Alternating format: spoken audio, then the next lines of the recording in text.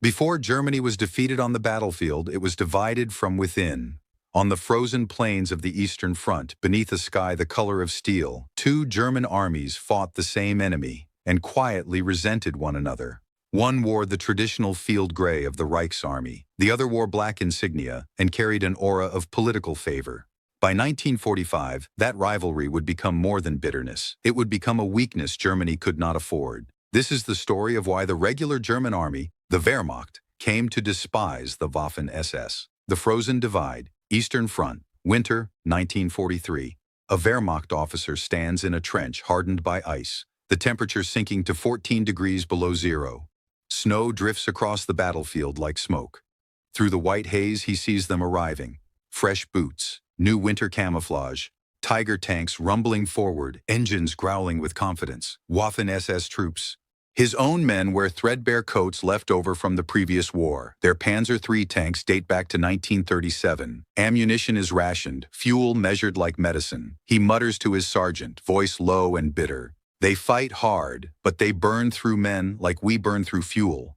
The sergeant doesn't even glance up. At least when they freeze to death, he replies dryly, they're wearing good boots. It wasn't just dark humor, it was resentment. And by the final years of the war, that resentment would deepen into something corrosive. The myth of the elite. The Waffen-SS cultivated an image, Germany's finest, the most disciplined, the most dangerous. Part of that was true. Part of it was myth. Military historian Trevor N. Dupuy, who spent decades analyzing combat performance through statistical modeling, often studied elite German formations, battle-hardened units with years of experience. But those units did not represent the entire Waffen-SS. By 1944, the Waffen-SS had expanded to 38 divisions. Only 8 could truly be described as elite veteran formations. The remaining 30 were a patchwork of foreign volunteers, conscripts, and hastily trained units. Many lacked cohesion. Some collapsed under sustained pressure. Late-war SS divisions occasionally performed worse than standard Wehrmacht infantry. Some studies suggest that many late-war SS formations performed comparably to, or in some cases below, experienced Wehrmacht divisions and Allied counterparts, rather than consistently exceeding them. When people think of the SS charging through France in 1940, they imagine divisions like Leibstandarte. They don't picture the 23rd SS Division Nederland or the 33rd SS Division Charlemagne, formations that disintegrated in their first serious engagements. Average everything together, and the conclusion becomes uncomfortable. The Waffen-SS, as a whole, was not vastly superior to the Wehrmacht. Some divisions were exceptional, many were ordinary, some were poor. Yet even the best SS units paid a price. Victory at a cost. Elite SS formations often achieved tactical breakthroughs, but they frequently sustained noticeably higher casualty rates than comparable Wehrmacht units, though precise figures remain debated. The SS way of war was expensive. By 1943, Germany could no longer afford expensive. So if they weren't consistently superior, why did Wehrmacht officers despise them? The answer begins with tanks, Tigers, and favoritism. August 1942. The first Tiger tanks roll off German production lines. Armed with an 80-millimeter gun capable of destroying Allied armor at long range and protected by thick frontal armor, the Tiger was the most formidable tank Germany possessed. Wehrmacht panzer divisions had been fighting and bleeding since 1939. They expected reinforcements. While early Tiger battalions were primarily formed within the Wehrmacht, several high-profile Waffen-SS divisions received priority attention and later benefited from concentrated heavy armor allocations. The 1st SS Leibstandarte, 2nd SS Das Reich, and 3rd SS Totenkopf received priority allocations. Meanwhile, respected Wehrmacht units waited months. Some did not see significant Panther or Tiger reinforcements until 1944. The issue was not just numbers, it was structure. Tigers were organized into heavy battalions. Wehrmacht divisions often received these battalions temporarily, attached for a specific battle, then reassigned elsewhere. Several SS panzer divisions developed more stable access to heavy armored units, while many Wehrmacht formations relied on temporary attachments of independent heavy battalions. One Wehrmacht officer wrote bitterly in his diary, "They have organic tigers. We submit requests and wait. By the time approval comes, the battle is finished." Later historical analysis complicates the picture. On paper, Wehrmacht divisions sometimes had slightly more Panthers per division than SS units in 1944, but the distribution created different realities. Wehrmacht armor was spread thinly across many formations. SS armor was concentrated and predictable. An SS commander knew his tanks would still be there tomorrow. A Wehrmacht commander never knew if his would be reassigned overnight. The dispute wasn't about arithmetic. It was about certainty. For two supply chains, one shrinking war. Logistics deepened the divide. The Wehrmacht operated through the traditional military bureaucracy. Requests moved up the chain of command through the armed forces high command. Approvals could take weeks. The SS operated differently. Heinrich Himmler maintained direct access to Hitler. SS units could bypass the standard supply system and appeal directly to political leadership. Captured Wehrmacht generals later told British interrogators that SS formations seemed to obtain fuel, ammunition, and winter gear faster and more reliably, often through direct political channels. Two parallel supply systems competed for the same dwindling resources. On the Eastern Front, winter clothing followed the same pattern. SS troops often received cold weather gear earlier. Wehrmacht soldiers endured brutal Russian winters in inadequate uniforms, sometimes waiting weeks for proper equipment. Whether this reflected systematic favoritism or simply chaos in a collapsing war economy remains debated. But perception matters in war. And the perception was clear. The SS got priority. That belief poisoned relations between the two forces, because when one formation receives the newest tanks, the warmest coats, and priority fuel, is their battlefield performance proof of superior skill or superior supply? That question led to something deeper. How they fought and died. Eastern Front, 1943-1944. Wehrmacht officers recorded what they saw in letters and diaries. A pattern emerged. Traditional Wehrmacht doctrine emphasized reconnaissance, artillery preparation, identifying weak sectors, and coordinated combined arms assaults.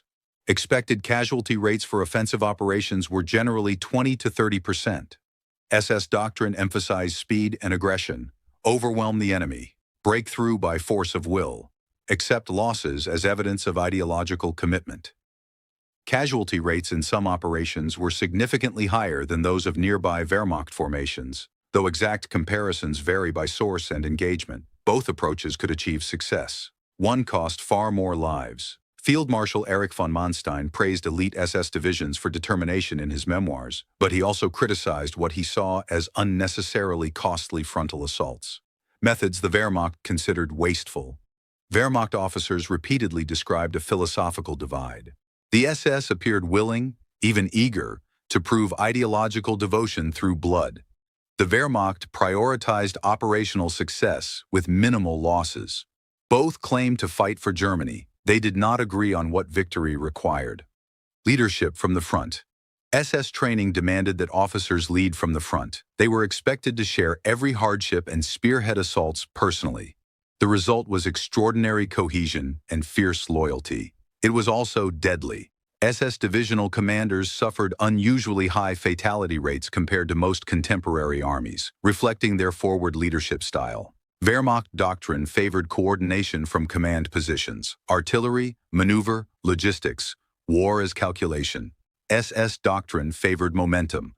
Storm forward, break resistance, pay the price. Sometimes that aggression saved entire sectors. When Soviet offensives threatened to overwhelm German lines, even skeptical Wehrmacht soldiers admitted they were relieved to see SS units nearby. The SS often held positions long after retreat seemed rational. That stubbornness prevented encirclements more than once. But Germany was fighting a war of attrition. The Soviet Union could replace its losses. Germany could not. And as winter deepened across the Eastern Front, the cost of pride, rivalry, and ideological warfare mounted. In men, in machines, and in time, Germany no longer possessed.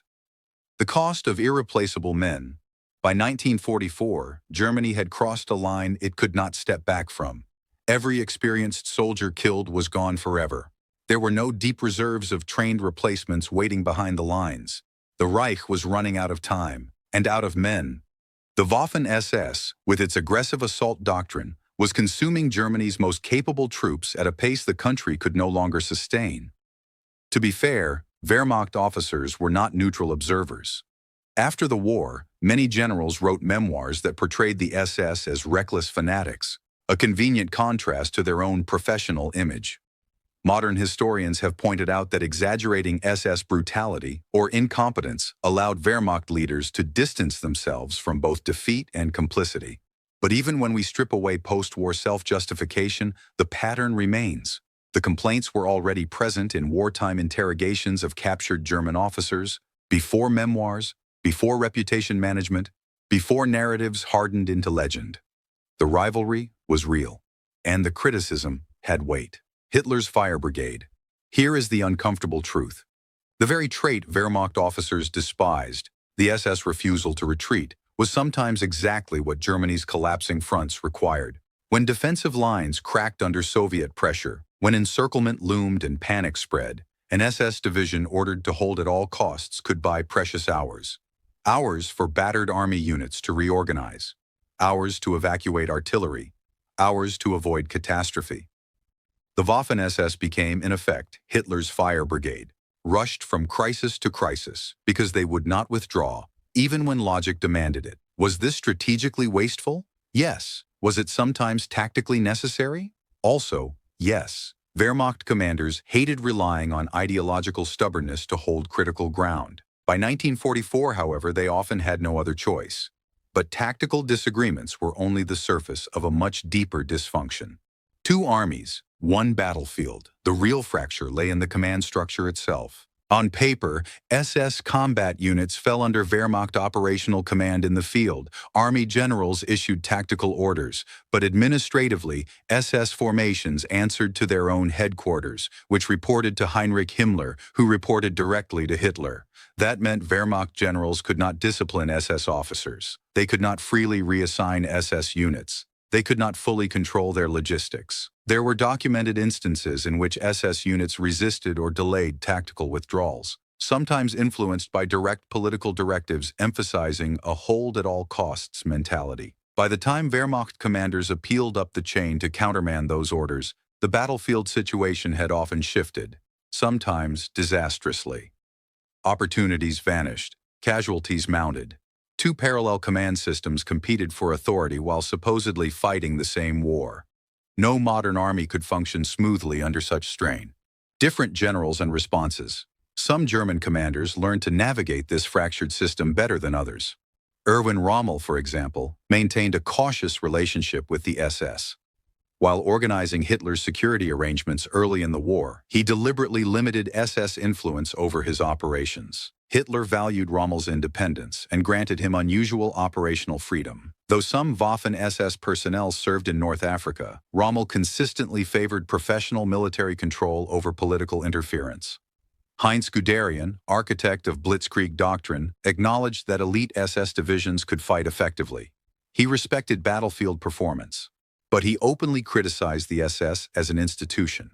In his memoirs, he argued that the broader SS apparatus, including Gestapo personnel, concentration camp guards, and political administrators, consumed manpower and resources desperately needed at the front. The Waffen-SS fielded combat divisions. The broader SS organization employed hundreds of thousands elsewhere. That distinction mattered.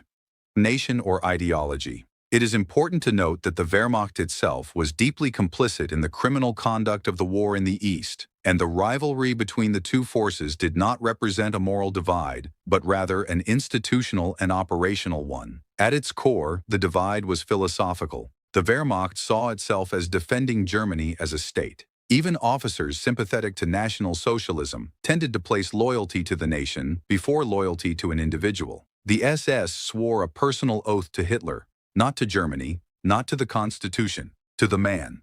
That difference shaped behavior as defeat approached.